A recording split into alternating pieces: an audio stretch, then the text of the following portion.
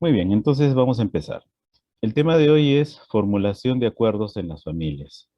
Y cuando hablamos de formulación de acuerdos, nos estamos refiriendo a de qué manera la comunicación dentro de las familias facilita que pueda lograrse puntos de consenso, se pueda lograr estrategias para cambiar algunas cosas que no estén siendo agradables en la familia y a su vez también reevaluar las cosas que están sucediendo.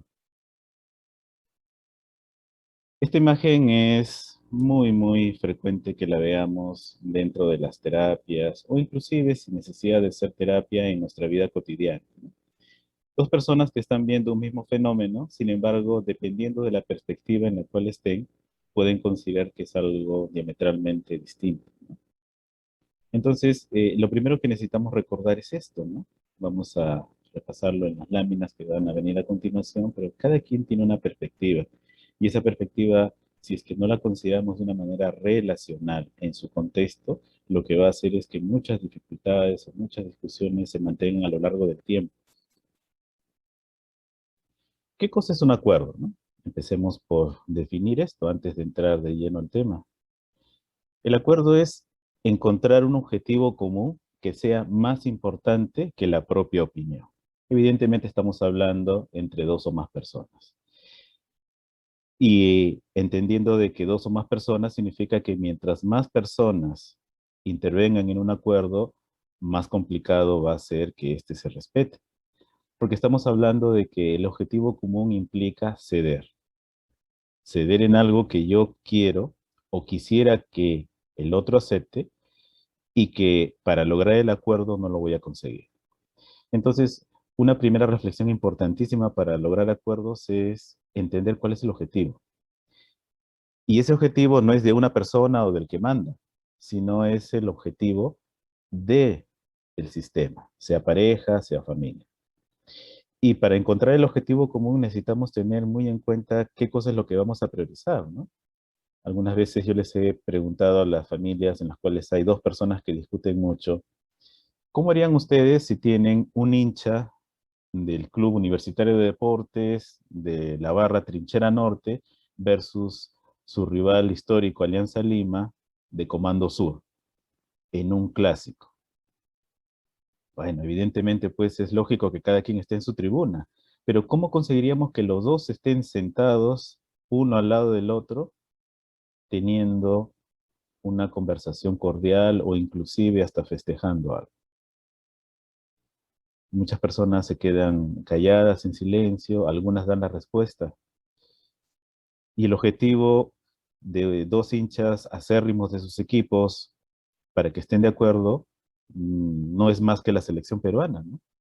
Ahora faltando pocos días para que juguemos, ¿no? Estos dos hinchas podrían hasta abrazarse con un gol de un seleccionado peruano, porque el objetivo ya no es mi equipo, sino el equipo patrio. Entonces, antes de entrar a una posibilidad de acuerdo, necesitamos entender cuál es el objetivo. El acuerdo requiere del uso de la comunicación verbal, ¿no? Eso es importantísimo. Y acá comenzamos a reflexionar sobre qué tanto nos comunicamos de manera eficiente con las palabras o con los escritos, porque ya sabemos que todo es comunicación. Sin embargo, el acuerdo solo va a poder sellarse a través de un lenguaje codificado, digitalizado, verbal, ¿no? Ahora, la máxima de un acuerdo es un acuerdo escrito. Y el acuerdo escrito es poner en palabras, evidentemente impresas, lo que ya tendríamos que haber conversado, ¿no? Entonces, nos demanda no solamente encontrar un objetivo común, sino también expresarnos de una manera que podamos ser entendidos de manera cabal y correcta, y que ambos, o que los tres, o que los cuatro, buscamos ese objetivo común y lo expresamos y lo comunicamos de una manera clara, directa y precisa. Acá ya viene un montón de dificultades con algunas familias en las cuales no es usual conversar. O se comunican con gestos, ¿no? Se comunican con ausencia, se comunican con trabajo, se comunican con presencia, pero no con atención. El acuerdo puede interpretarse como una oportunidad, como cualquier situación de crisis o problema, que nos permita reevaluar lo que estamos haciendo, o como una amenaza al equilibrio de las relaciones que hemos tenido, como una amenaza a la autoridad, como una amenaza de separación, como una amenaza de unir algo que no deseo unir también. Entonces, esto es fundamental porque todos los conceptos de crisis pueden aplicarse al momento en el que uno utiliza el escenario para un acuerdo. Podríamos decir que efectivamente el acuerdo nace de una microcrisis o de una situación que requiere un cambio. Y requiere ser tomado por las personas implicadas. Es decir, si hay un problema de a dos, que entre un tercero, lo que va a generar pues, es un triángulo, ¿no? Y en la terapia sistémica, en la conceptualización sistémica, todo lo que es una triangulación va a generar problemas, alianzas, coaliciones.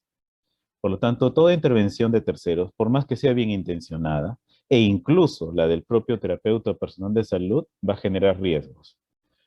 No es que la intervención en sí sea mala o buena, es que va a generar un riesgo de que se tome eso como un punto de alianza, como un punto de estar a favor de alguno de los dos, o establecer una relación en la cual los dos dependan de un tercero. Varias veces hemos conversado en nuestras capacitaciones que en la terapia sistémica no se da indicaciones, no se da consejos, no se da recomendaciones, sino que se invita a las personas que reflexionen lo que les conviene hacer.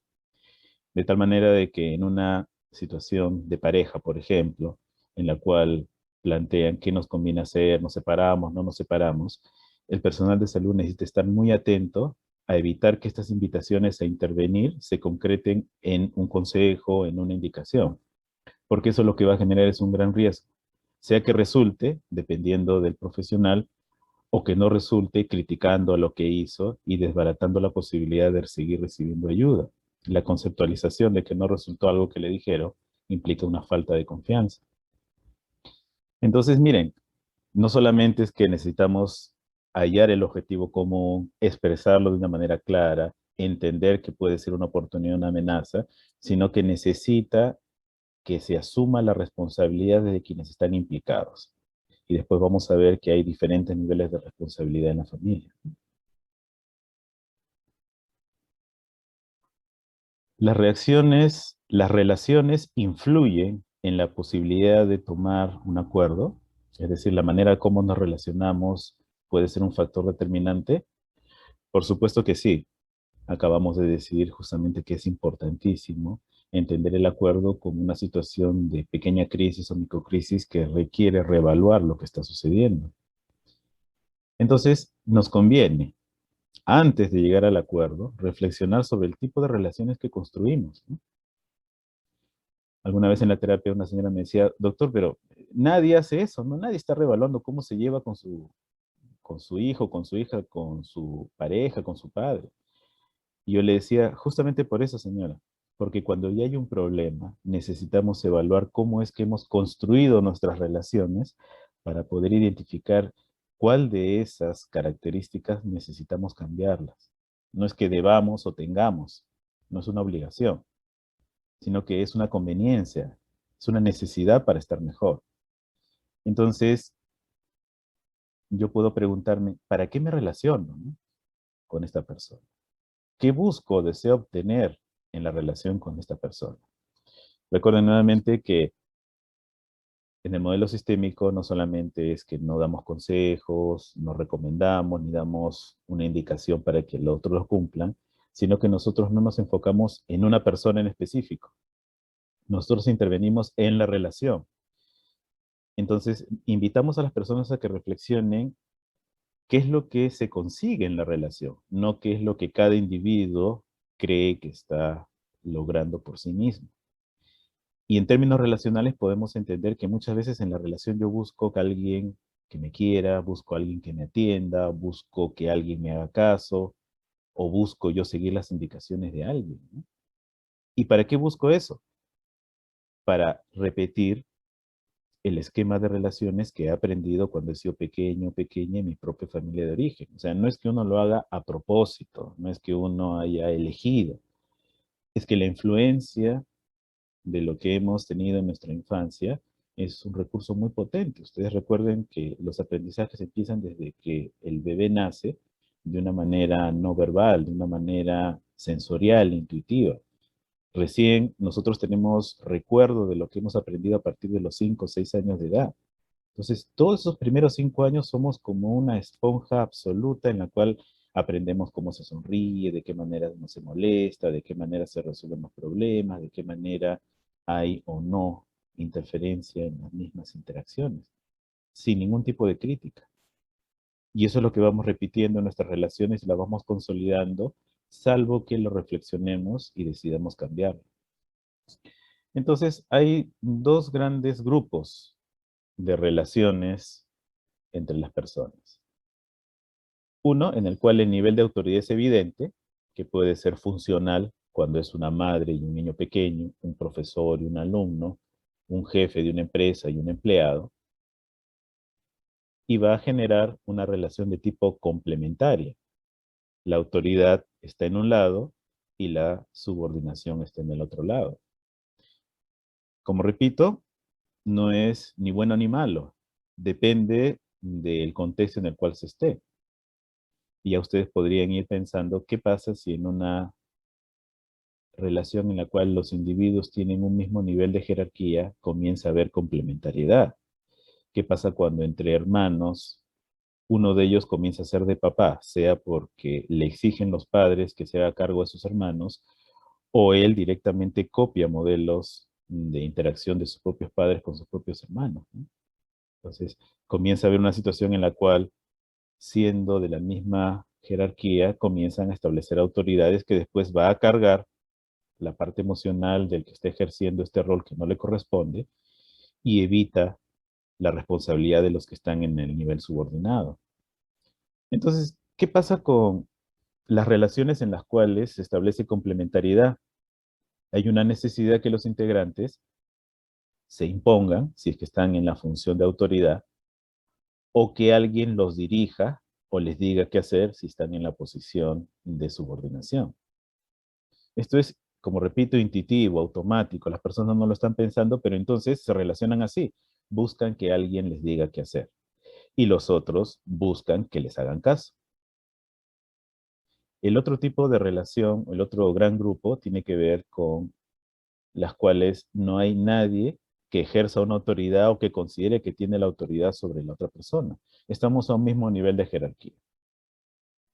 Y estas son las relaciones simétricas. Entonces, en las relaciones simétricas necesitamos obligatoriamente llegar a acuerdos para poder complementarnos en el objetivo común que hemos dicho. Ya no complementarnos en nivel de autoridad, sino apoyarnos. Vamos a utilizar mejor el término de construir juntos algo. Entonces, la persona que está en una relación complementaria no va a buscar acuerdos. Lo que va a buscar es imponer su decisión, sea de una manera muy respetuosa, sutil, o hasta de una manera muy, muy autoritaria y maltratadora. Es el extremo de una relación complementaria, es la complementariedad rígida. En cambio, las personas que establecen una conceptualización de relaciones simétricas, lo que van a buscar es permanentemente acuerdos, porque saben que no pueden ni dominar ni ser dominados por nadie, tienen los mismos derechos. Entonces, acá entramos en una situación interesante. En las familias, al inicio, es lógico que haya una complementariedad cuando los padres tienen niños pequeños. Pero antes de que los padres tengan niños pequeños, han sido dos adultos que se han unido para formar la familia. Recuerden ustedes el ciclo vital familiar. La familia inicia cuando dos personas adultas deciden formar y convivir. Formar una familia y convivir. Entonces esas dos personas adultas tienen los mismos derechos, tienen las mismas posibilidades y potencialidades. ¿Qué pasa si en este proceso, en lugar de considerar una relación simétrica en la cual necesiten llegar a acuerdos, más bien establecen una relación complementaria?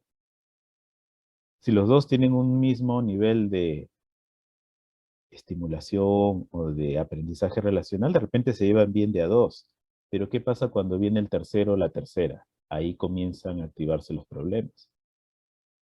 Entonces, miren, lo interesante de esto es que sea que uno esté en una relación o construya relaciones complementarias, o sea que esté en relaciones simétricas, esto fortalece nuestra identidad relacional.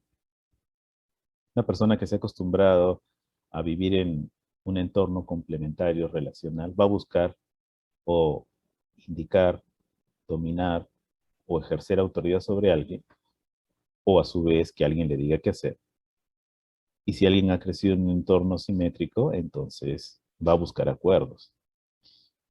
Y como todo es un ciclo vital, estamos hablando que la familia empieza con una necesidad o con una opción de simetricidad para llegar a acuerdos. Recuerden, toda fase del ciclo vital nos hace pensar en una importante negociación de la relación. ¿Qué negocian los dos enamorados antes de convivir? Negocian las costumbres, negocian los acuerdos que tienen que hacer para vivir juntos, negocian las costumbres, nuevamente lo repito.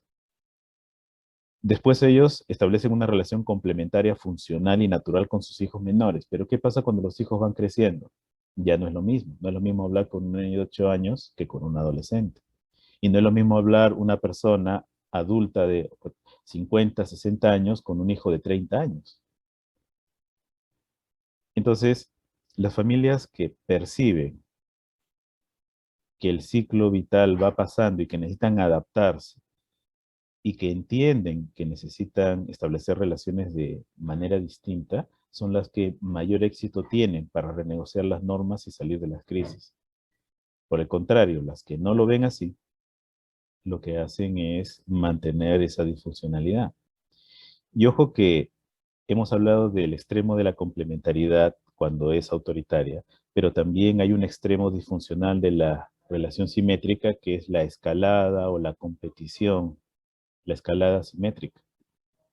Porque hemos dicho que el simétrico busca llegar a acuerdos en el lado funcional, pero si se va al disfuncional, quiere o intenta imponer su decisión, pero el otro, como está en la misma pauta relacional, no se deja, por decirlo así, y comienzan una escalada en la que ninguno de los dos cede. Y eso también genera tantas dificultades como una complementariedad rígida. Por lo tanto, como es una situación dinámica, lo que necesitamos es reflexionar en qué tipo de relación estamos y qué tipo de relación es la que está predominando en nuestra familia. Antes inclusive de postular un acuerdo.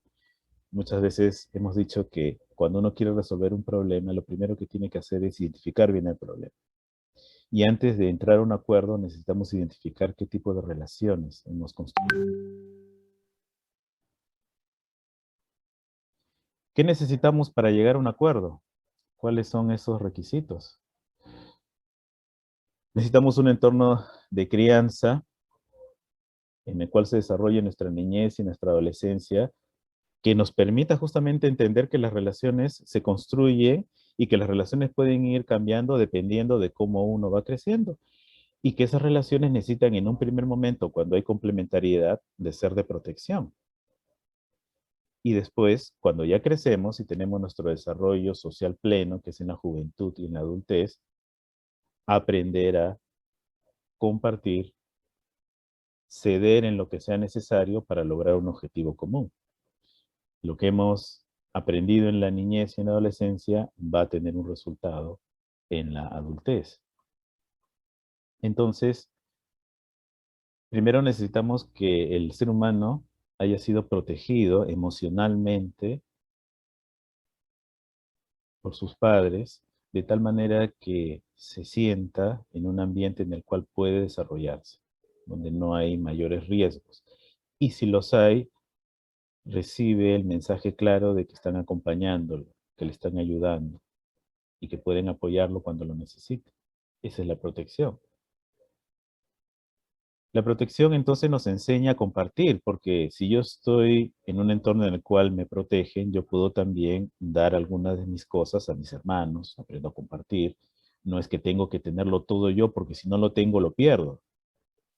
Entonces, el proceso de compartir implica el saber que yo también voy a tener.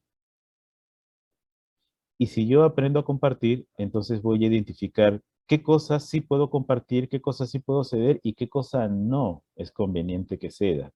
Entonces voy a desarrollar autonomía, qué cosa me conviene, qué cosa es lo que necesito. No puedo pues compartir cosas que son imprescindibles para mí, porque si no eso va a representar un daño hacia mi integridad. Y si yo tengo la autonomía necesaria y me hago responsable de mis acciones, entonces voy a poder acordar, porque ya sé en qué cosa puedo ceder y en qué cosa no. Esta escala que se va desarrollando en el tiempo implica componente relacional, emocional. No estamos hablando de protección de solamente una casa o tener útiles para la escuela o recursos materiales. Estamos hablando de una protección emocional en la cual los padres estén dispuestos a compartir tiempo, dispuestos a brindar afecto, dispuestos a brindar la información necesaria para que la persona se cuide y dispuestos a dar bienes materiales también, porque eso es lógico, no nadie vive del aire. Pero es muy distinto de solamente centrarse en los bienes materiales. Entonces, ya ustedes se darán cuenta que es difícil acordar si es que una persona no es autónoma, es difícil ser autónomo si no ha aprendido a compartir y es difícil a compartir si no ha sido protegido desde pequeño.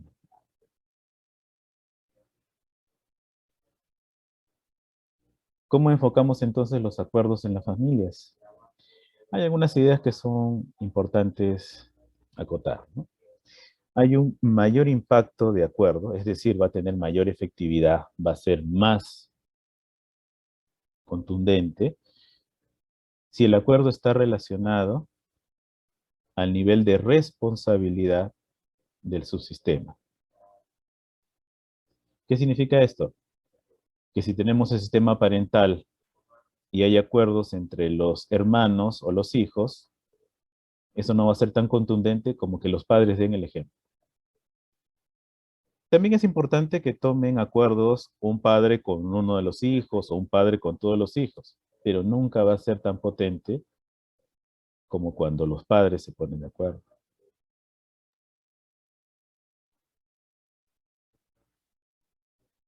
Más impacto tiene, como referimos, un acuerdo entre los padres porque ellos son los que dan las pautas de la dinámica familiar.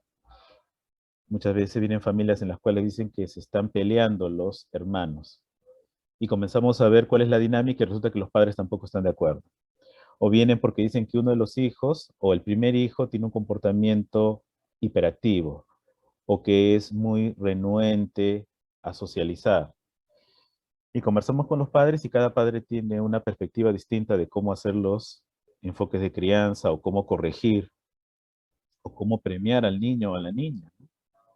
Entonces, si los propios padres no se ponen de acuerdo en ello, pues va a ser muy difícil que haya una posibilidad de dinámica funcional en la familia. Sin embargo, esto no es un obstáculo para que entre los hermanos puedan hacer acuerdos o entre un padre y sus hijos, ¿no?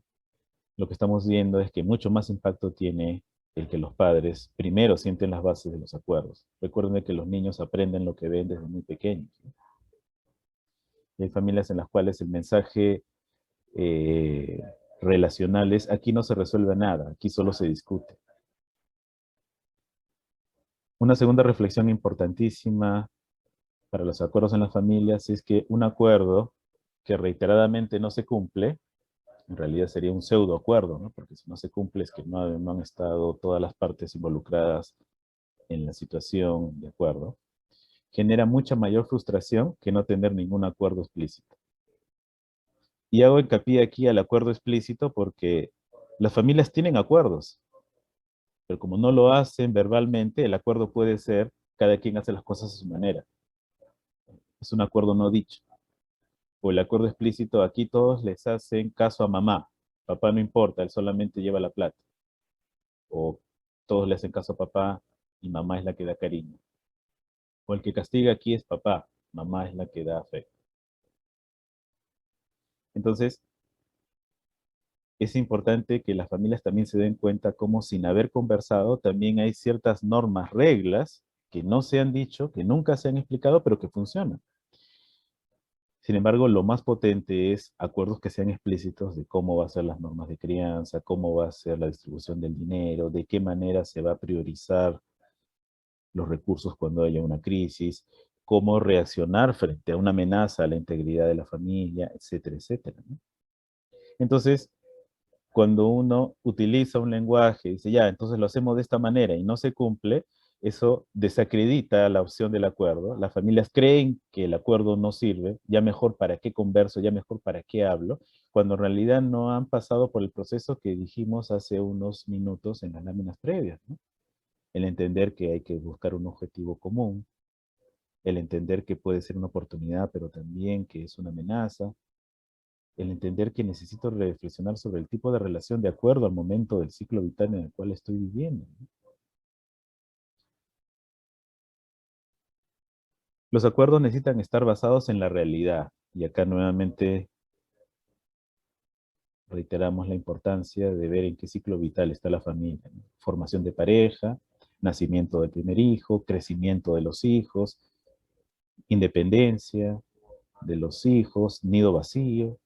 Pero no es lo mismo llegar al acuerdo, por ejemplo, con un niño de 8 años en el cual se le va a indicar qué hacer con cariño, con respeto, se le va a mostrar las ventajas que tiene eso, que llegar a una conversación con un adolescente en el cual la norma necesita cumplirse, pero aparece una necesidad de negociación. Al adolescente yo le indico, haz esto, el adolescente va a decir, ¿y por qué? ¿Y por qué mi hermano no? ¿Y por qué mi amigo, el que vive en la otra familia, sí? ¿Y por qué yo sí? ¿Y por qué mi mamá no? ¿Por qué tú no? Por eso es que es importante que haya una reflexión sobre cómo es que ha estado funcionando la familia, ¿no? Algunos padres piensan que la adolescencia es una cosa que aparece como si fuese una fatalidad, pero la adolescencia y las crisis que implica la familia es una consecuencia de cómo se llevaban las normas en la niñez. Lo que pasa es que no se notaba porque había una relación complementaria funcional lógica, ¿no? Que un niño de 5 o 6 años cuestione a su padre puede darse en algún nivel, pero no es constante. En cambio, el adolescente sí, porque está en esa etapa de preparación en la interacción para poder asumir sus propias responsabilidades sociales posteriormente. Entonces, necesito negociar cómo se va a cumplir la norma. Y hay padres que no han aprendido a negociar porque entre ellos mismos tampoco lo han hecho. Pero no solamente estar basados en la realidad, en lo que está sucediendo, no en lo que me gustaría, sino en la necesidad. O sea, ¿qué necesita cada integrante de la familia en este momento, ¿no? Muchas familias le dicen a sus hijos adolescentes, no, esos enamorados es perder tiempo, ¿no? Primero tus estudios, después el amor, ¿no? Como que si el sistema biológico, las sensaciones que tiene el organismo van a tener pues un candado, ¿no? El adolescente se enamora, tiene interés en las relaciones con sus pares, ¿no? Entonces, una indicación no va a eliminar pues lo que biológicamente va a aparecer por naturalidad. Sin embargo, la negociación de la norma implica que se hagan las cosas con prudencia y de acuerdo a las consecuencias que esto generaría. Y eso nace de la posibilidad de hacer acuerdos, pero los acuerdos nacen de utilizar la comunicación de manera adecuada, y utilizar la comunicación de manera adecuada significa que lo hayan hecho desde el inicio, no cuando ya llegó a los 13 o 14 años. Y fundamentalmente valorar cada opinión, aunque sea desde niño, ¿no? Preguntarle, ¿no? ¿Te gusta esto? Hay papás que no les preguntan a sus hijos qué cosa quieren, ¿no? De frente les compran el color que ellos quieren, los ponen a hacer talleres de dibujo, talleres de fútbol, ni siquiera le preguntan si le gusta o no eso al niño, porque el papá quiere que su hijo sea futbolista, el papá quiere que su hijo sea pintor, pero no le pregunta si le gusta, ni siquiera toma en consideración eso. Entonces, ya estamos hablando de un nivel de interacción en el cual el otro es tan importante, aunque tenga una edad distinta que yo. En la terapia familiar, en los sistemas en general, no hay un integrante que sea más valioso que otro, todos son importantes. Las acciones de cada integrante de acuerdo a su ciclo vital tienen impactos más o menos potentes, pero todos son valiosos, todos son importantes. A tal punto que cuando hacemos alguna sesión y un integrante no está, trabajamos la ausencia, ¿no? ¿Qué nos está diciendo que un integrante no participe o que no hable? Entonces, acuerdos basados en la realidad, en la necesidad y valorando la opinión de cada uno. Y entender que los acuerdos en las familias ponen en riesgo el equilibrio relacional previo. Entonces, esto va a involucrar un componente emocional importante, como hemos dicho, ¿no? Se puede interpretar incluso como una afectación a la identidad relacional. Y muchos padres pueden tener miedo a perder autoridad, miedo a que algo malo pase. Entonces, si no entendemos eso, que esto requiere un componente emocional importante, que es un riesgo, no vamos a poder facilitar un acuerdo, sino que vamos a imponer cosas. Entonces requiere constante comprensión y adaptación a lo que va sucediendo, ¿no? En pocas palabras, ser empático. Vamos a ver posteriormente. Entonces tenemos a una persona en la familia que tiene múltiples alternativas de decisiones y él o ella necesita decidir cuál de estos es el más oportuno de acuerdo a la relación que he establecido y el contexto en el cual estoy, en el ciclo vital en el cual nos encontramos y lo que le conviene a cada integrante. Sin embargo, esto se pone en consideración con lo que los otros integrantes de la familia también tienen como múltiples opciones. Y cuando vemos un gráfico como este, entonces entendemos claramente por qué es que hay tantas discusiones, ¿no? Porque no es solamente lo que yo digo, sino lo que dice el otro. Y lo que yo digo no solamente es una cosa, sino son múltiples. Si lo vemos de esta manera, necesitamos ser mucho más honestos, modestos en nuestro objetivo, porque a veces cuando uno quiere asumir grandes acuerdos, solucionar todo en una sola situación o imponer, aunque sea con buena intención, algunas reflexiones para que la familia lo haga, lo que conseguimos es generar más resistencia. Vamos a ver entonces, para ya llevarlo a la práctica, 6 estrategias para tomar acuerdos. No son ni las únicas, ni tampoco las que pueden limitarse como esfuerzo, pero sí son algunas que van de acuerdo a la lógica de la exposición que les estoy planteando el día de hoy. 6 estrategias para tomar acuerdos que si es que las tenemos en cuenta, va a ser más fácil empezar el proceso.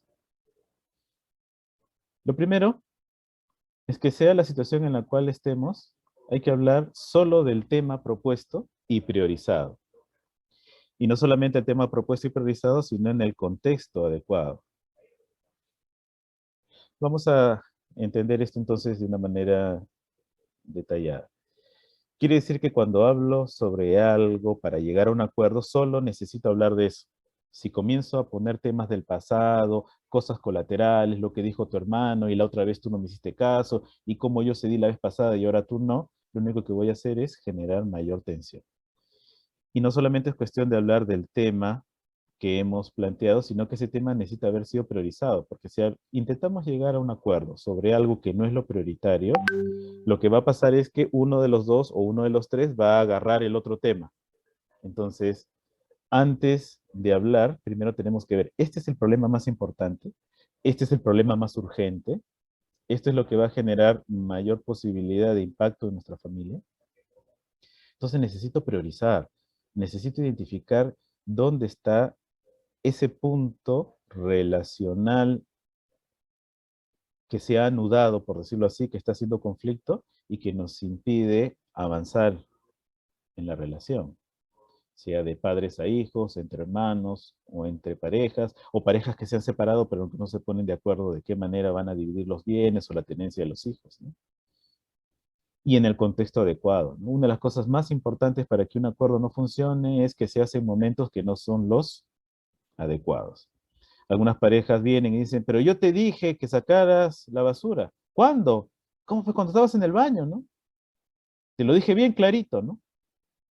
Bueno, ¿se podrá llegar a acuerdos mientras uno esté en el baño y el otro está afuera?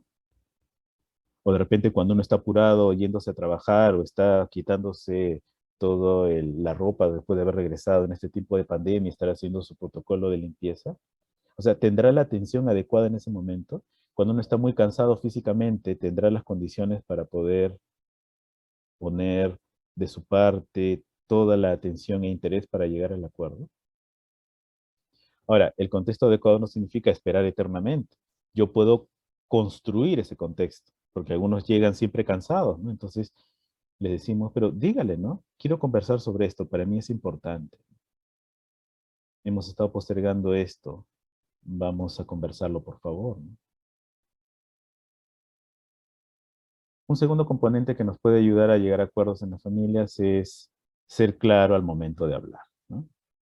Hemos hablado pues del lenguaje necesita ser un factor, una vía para lograr esto. Entonces, cuando comenzamos a dar vueltas, cuando comenzamos a introducir temas que no son los adecuados como vimos anteriormente, lo único que vamos a lograr es distorsionar el objetivo. Hablar sobre lo que queremos de manera clara. Y esto implica plantear alternativas y estar dispuesto a ceder, lo que hemos conversado desde el inicio. ¿Por qué plantear alternativas? Porque el acuerdo implica ver cómo solucionamos un problema, no hablar del problema, el problema ya está ahí, ¿no? Entonces, la propuesta es que se vean qué podemos hacer, no comenzar a echar la culpa de por qué pasó. Ya pasó, pues, ¿no? Y lo que tenemos ahorita es la dificultad. Ya nuestro hijo tiene 14 años y se ha convertido en una persona que es muy irrespetuosa con nosotros dos como padres. Tú tienes la culpa porque tú lo has engreído de chiquito. Bueno, lo único que va a lograr es una discusión entre los dos. Ya, ¿qué hacemos? ¿Qué hacemos, no? Entonces comenzamos a plantear alternativas, ¿no? Y esas alternativas después tienen que adaptarse a lo que dijimos hace un momento, ¿no? La necesidad, la realidad y tomando en cuenta la opinión, ¿no? Y es clave estar dispuesto a ceder, ¿no? Es imposible llegar a un acuerdo si lo que yo pienso es cómo convenzo al otro que haga lo que yo quiera. En todo caso, será un pseudo acuerdo, ¿no? Esto es interesante, ¿no? Porque hay papás que son un poco hábiles en esto, ¿no? Le dicen a sus hijos, ¿dónde quieren ir? ¿Al parque o al cine? Y dice, yo le doy a mi hijo la opción de que elija, ¿no? Pero ¿y si el hijo quiere ir a jugar fulbito? Le está restringiendo, ¿no? Por eso es que es importante tomar en cuenta la opinión del otro o de la otra. Un tercer componente importante o estrategia es que la propuesta de cambio, o sea, lo que voy a lograr del acuerdo, sea verificable, ¿no? Observable. A veces dicen, ya, el acuerdo es que yo no me voy a molestar cuando tú digas tal cosa, ¿no? Bueno, eso podría ser porque ya no levanta la voz, porque no se fastidia, ¿no? Pero es mejor plantearlo en función de una conducta objetiva que se esté mirando, ¿no? Cuando esté molesto te voy a decir que conversamos después. Cuando esté molesto voy a respirar 3 veces, voy a recordar las consecuencias que tiene el levantar la voz y voy a decirte que por favor nos centremos en las alternativas. Y esto que sea verificable implica también que sea cuantificable muchas veces, ¿no? Entonces, acuerdo con un adolescente que ya no va a jugar tanto con el Nintendo o con la consola, pero ¿qué cosa es tanto, no? ¿No? Entonces, necesito observar para que después pueda evaluar si se cumplió o no se cumplió el acuerdo, ¿no? Una cuarta estrategia es que necesitamos identificar la responsabilidad de cada uno y que esa responsabilidad no dependa de otros factores ni de personas, ¿no? Entonces, cuando estés tú, entonces vamos a ayudarle a Juancito, que es el adolescente. Y si no estás tú, pues tienen que hacer un acuerdo para que sea aplicado en cualquier circunstancia, ¿no?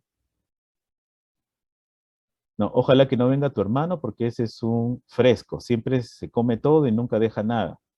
Entonces, ojalá que no venga. Eso no es un acuerdo, pues, ¿no? El acuerdo es que tú le vas a decir a tu hermano que antes de llegar que avise y nosotros le diremos si es que puede o no puede visitarnos en tal día. Es una acción explícita, ¿no? Ojalá que las clases presenciales ya puedan apurarse para que no esté aburrido mi hijo dentro de la casa, ¿no? Eso es un depender de la pandemia, ¿no? Es una situación pues externa. Mientras las situaciones estén así, ¿qué cosa voy a hacer yo? Porque quejarme no es un acuerdo, no es una solución, ¿no? Lo que está haciendo es empeorar la situación. Entonces necesita que se habilite una responsabilidad de cada quien. ¿Y qué es lo que va a ser tal y qué va a ser cual? Establecer un tiempo de vigencia del acuerdo, ¿no? Para evaluar justamente los resultados, ¿no? Ya, quedamos en esto, pero ¿cuánto tiempo? Entonces, 2 meses, 3 meses, un mes, una semana, y luego de eso volvemos a conversar para ver si está cumpliendo. Felicitamos, fortalecemos la relación si es que se está cumpliendo, y si no se cumple, entonces, ¿qué consecuencias va a haber? Porque el que se plantea alternativas para el acuerdo implica de que yo voy a plantear qué sucede si es que se cumple. Usualmente van a ser muestras de afecto, premios que sean relacionados a la situación. Y si no se cumple, ¿qué cosa va a pasar? alguna consecuencia negativa desfavorable, que no sea, por supuesto, ningún tipo de maltrato, también necesita ver. De tal manera que si no se cumple, no es que en ese momento estamos improvisando a ver qué castigo hay, ni tampoco ya, pues ya se cumplió y no felicito. O sea, necesito haberme anticipado, es reflexionar sobre las consecuencias que tiene. Y aunque parece obvio, el acuerdo necesita ser sobre un objetivo realista, ¿no?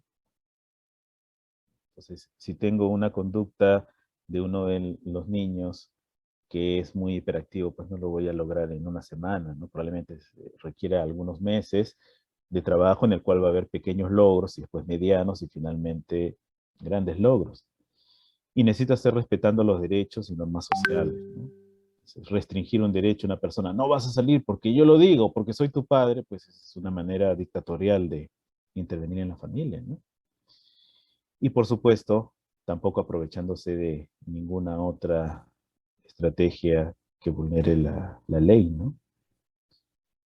Digamos que todo esto se resume en el famoso qué, cómo, cuándo, dónde y quién, ¿no? Qué cosa es lo que vamos a acordar, cómo lo vamos a hacer, cuándo o en cuánto tiempo lo vamos a desarrollar, dónde, en qué contexto se va a dar y quién es responsable o con quién lo voy a hacer. Y recuerden que en todo acuerdo necesito estar muy, muy pendiente de cómo reaccionar si se cumple y si no se cumple, para no improvisar las reacciones. Y hemos hablado bastante de la comunicación verbal, de la comunicación para llegar a acuerdos, y es momento oportuno para recordar los axiomas de la comunicación humana, ¿no? Que Václavic y colaboradores en el año 67 ofrecieron al mundo, ¿no? Todo es comunicación, nos dice el primer axioma, ¿no? Cualquier conducta es comunicación, el estar callado, el no estar, el hablar, el enfermarse, todo significa algo. Entonces necesito estar atento, ¿no? La comunicación va a depender del contenido, lo que estoy diciendo y el contexto, cómo lo digo, en qué momento lo digo, en qué situación y cómo está la relación. Recordar que cada quien tiene su propia perspectiva, esto es básico, ¿no? O sea, yo necesito validar que el otro tiene otra opinión. Validar no significa que estoy de acuerdo con él. Validar significa que yo acepto que la otra persona puede pensar distinto que yo, aunque tenga menor edad que yo. El contenido del mensaje va no solamente con palabras o con escritos, sino también con gestos.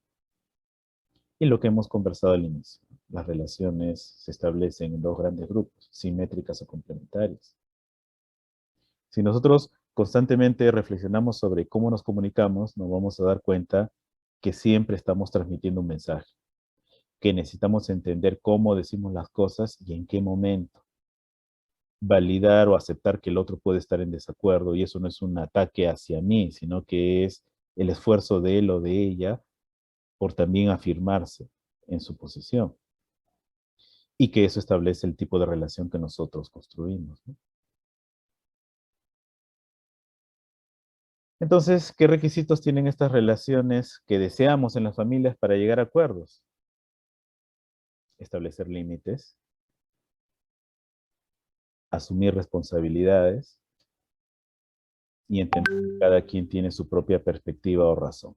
Esto lo estoy reiterando varias veces porque a pesar de ser muy obvio, es lo que primero se nos olvida cuando estamos molestos, fastidiados o indignados frente a una acción que sucedió y que no nos agrada.